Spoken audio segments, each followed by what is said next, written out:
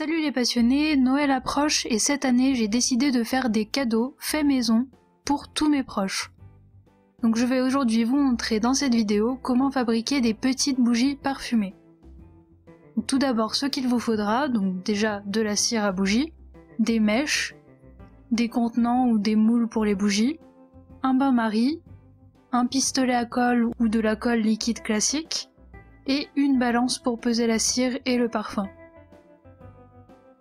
En option, vous pouvez utiliser une fragrance ou une huile essentielle, un thermomètre pour mesurer la température de la cire, et aussi des étiquettes, des rubans, de la peinture et toute autre décoration.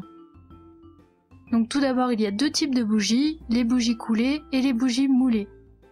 Personnellement, j'ai fait des bougies coulées parce que je trouve ça plus simple, et c'est donc ce type de bougie que je vais vous présenter dans cette vidéo.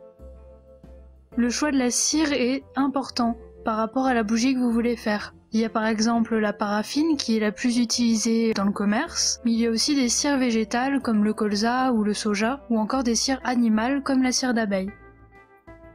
Donc tout dépend ce que vous voulez obtenir. Si vous souhaitez déjà colorer votre bougie, le rendu sera pas le même que vous utilisiez de la cire de soja qui est blanche et qui donnera donc des couleurs pastel, ou bien par exemple de la cire d'abeille qui est déjà souvent colorée en jaune. Si vous voulez du bio ou que vous êtes soucieux des risques liés aux cires synthétiques, le mieux est de choisir une cire végétale. Personnellement, j'ai choisi la cire de soja, qui est inodore, blanche, elle restitue bien les odeurs et elle fond rapidement. En plus, l'avantage c'est qu'elle ne se creuse pas quand elle refroidit. Pour moi, c'est la plus facile à utiliser. Ensuite, pour choisir les mèches, il n'y a pas grand chose à dire, je vous conseille de les prendre déjà cirées, sur socle, pour éviter d'avoir à les cirer vous-même, tout simplement. Le choix se fait selon le diamètre de votre contenant, donc choisissez-le d'abord. Il faut savoir qu'il existe aussi des mèches en bois qui crépitent comme un feu de bois en se consumant. Elles sont plus chères, mais apparemment l'effet est garanti. Pour le contenant, vous pouvez choisir ce que vous voulez, tant que ça résiste à la chaleur. Vous pouvez recycler vos pots de yaourt, vos pots de confiture, ou même des verres. Personnellement, j'ai choisi des petits pots hermétiques colorés.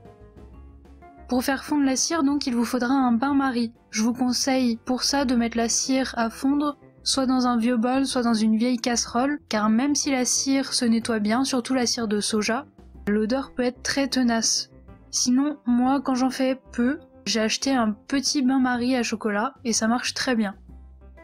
Ensuite, si vous souhaitez parfumer vos bougies, vous pouvez soit faire un parfum vous-même, avec des huiles essentielles ou des matières premières synthétiques si vous avez la chance d'en avoir, soit acheter une fragrance toute faite. Si vous la faites vous-même, sachez qu'il n'y a pas de limitation IFRA, car ce n'est pas un produit qui touche la peau. Mais faites attention quand même aux toxicités des huiles essentielles ou à l'inflammabilité des matières premières ou des solvants par exemple. Moi j'ai fait une fragrance pain d'épices pour les fêtes de Noël.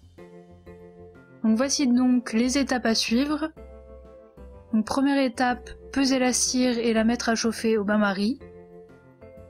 Coller les mèches avec le pistolet à colle.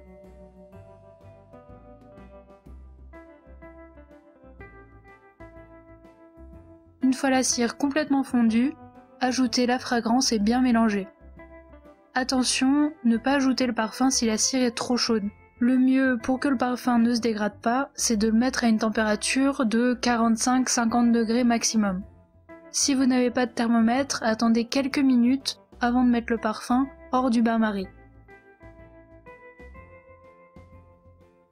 Si votre parfum a fait que la cire s'est un peu resolidifiée, ça m'arrive souvent, repassez-la rapidement au bain-marie, mais la faire de quelques secondes, et mélangez bien avant de couler.